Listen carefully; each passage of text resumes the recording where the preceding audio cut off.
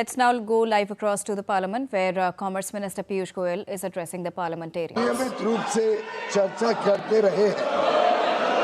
इसी को ध्यान में रखते हुए दोनों पक्ष के वार्ताकारों ने पिछले एक वर्ष में विभिन्न स्तरों पर गहन बातचीत की है। दोनों पक्षों के महत्वपूर्ण और विविध हितों को देखते हुए यह स्वाभाविक है कि दोनों पक्ष अपनी अपनी अर्थव्यवस्थाओं के महत्वपूर्ण और संवेदनशील क्षेत्रों की रक्षा करते हुए सर्वोत्तम संभव परिणाम सुनिश्चित करना चाहेंगे। इन वार्ताओं के दौरान भारतीय पक्ष अपने संवेदनशील क्षेत्रों, विशेषकर कृषि और दुग्ध क्षेत्रों के हितों की रक्षा सुनिश्चित करने में सफल रहा है। अमेरिकी पक्ष के भी कुछ ऐसे क्षेत्र थे जो उनके दृष्टिकोण से संवेदनशील थे।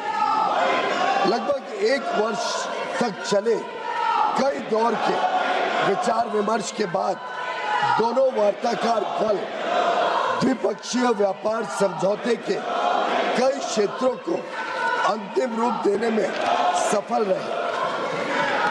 2 फरवरी 2026 को प्रधानमंत्री जी और अमेरिकी राष्ट्रपति डोनाल्ड ट्रंप ने द्विपक्षीय और अंतर्राष्ट्रीय महत्व के कई मुद्दों पर फोन पर चर्चा की। इसके बाद राष्ट्रपति ट्रंप ने अमेरिका को किए जाने वाले भारतीय निर्यात की दर घटाकर 18% करने की घोषणा की।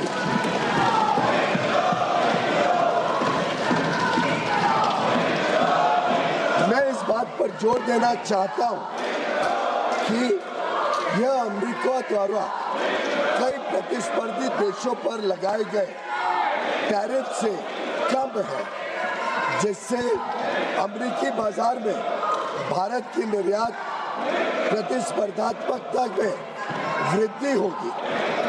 यह समझौता भारतीय निर्यातकों को विशेष रूप से श्रम प्रधान क्षेत्रों और विनिर्माण में महत्वपूर्ण तुलनात्मक लाभ भी प्रदान करता है। मैं इस सम्मानित सदन के समक्ष यह दोहराना चाहता हूं कि खाद्य और कृषि क्षेत्र में भारत की प्रमुख संवेदनशीलता का पूर्णतः ध्यान रखा गया है। साथ ही यह साझेदारी लघु और मध्यम उद्यमी, MSMEs, उद्यमियों, कुशल श्रमिकों और उद्योग के लिए नए अवसर खोलेगी। उन्नत प्रौद्योगिकियों तक पहुंच का सुगम बनाएगी और भारत के make in India for the world, design in India for the world और innovate in India for the world के दृष्टिकोण को साकार करने में सहायक होगी। यह ऐतिहासिक ढांचागत समझौता भारत अमेरिका संबंधों को मजबूत करने और विकसित भारत 2047 की दिशा में हमारी यात्रा को आगे बढ़ाने की दिशा में एक महत्वपूर्ण कदम है और यह दुनिया के 2 सबसे बड़े लोकतांत्रिक देशों के बीच मजबूत जुड़ाव को भी दर्शाता है, जो स्वाभाविक साझेदार है और साझा समृद्धि के लिए मिलकर काम कर रहे हैं। मैं माननीय सदस्यों को सूचित करना चाहता हूं कि आगे की कार्रवाई के संदर्भ में दोनों पक्ष व्यापार समझौते से संबंधित आवश्यक तकनीकी प्रक्रियाओं को पूरा करने और कागजी कार्रवाई को अंतिम रूप देने के लिए मिलकर काम करेंगे ताकि इसकी पूरी क्षमता का शीघ्रता से लाभ उठाया जा सके। समझौते की विस्तृत रूपरेखा इन प्रक्रियाओं के समापन के पश्चात तुरंत घोषित की जाएगी। माननीय सदस्यों को भारत के ऊर्जा स्रोतों से संबंधित उन मुद्दों की जानकारी होगी जो इस समझौते पर हुई चर्चाओं के दौरान उठाए गए हैं। मैं स्पष्ट करना चाहता हूं, जैसा कि सरकार ने कई बार सार्वजनिक रूप से कहा है कि 140 करोड़ भारतीयों की ऊर्जा आवश्यकताओं की सुरक्षा सुनिश्चित करना सरकार की सर्वोत्तम प्राथमिकता है। वस्तुनिष्ठ बाजार स्थितियों और बदलते अंतर्राष्ट्रीय परिदृश्यों के अनुरूप ऊर्जा स्रोतों में विविधता लाना हमारी इस कार्यनीति का मूल आधार है। भारत की सभी कार्रवाइयां इसी बात को ध्यान में रखकर की जाती है।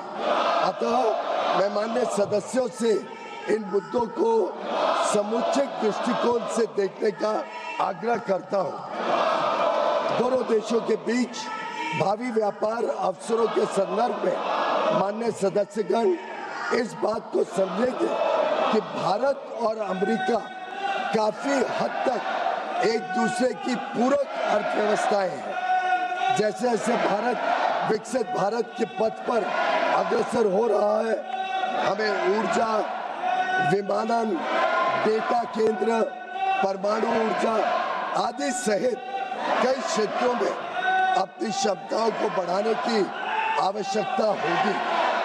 अमेरिका इन क्षेत्रों में दुनिया का अग्रणी देश है, इसलिए हमारे लिए इन क्षेत्रों में व्यापार की संभावनाओं पर ध्यान केंद्रित करना स्वाभाविक है, जिससे न केवल हमारी खरीद में बल्कि हमारे अपने निर्यात में भी विस्तार होगा।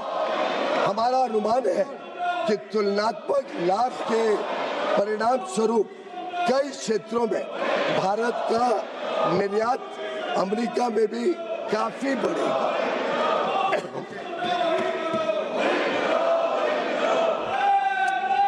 विश्व की सबसे बड़ी अर्थव्यवस्था के साथ यह ढांचागत समझौता जो आने वाले वर्षों में वैश्विक विकास और नवाचार को गति प्रदान करेगा, भारत की जनता एवं राष्ट्र के व्यापक हित में है और देश को बहुत लाभ देगा। यह विकसित भारत और आत्मनिर्भर भारत दोनों को सशक्त बनाता है। हम अपने देश के लिए माननीय प्रधानमंत्री जी के इस दृष्टिकोण को साकार करने की दिशा में निरंतर कार्य करते रहेंगे। धन्यवाद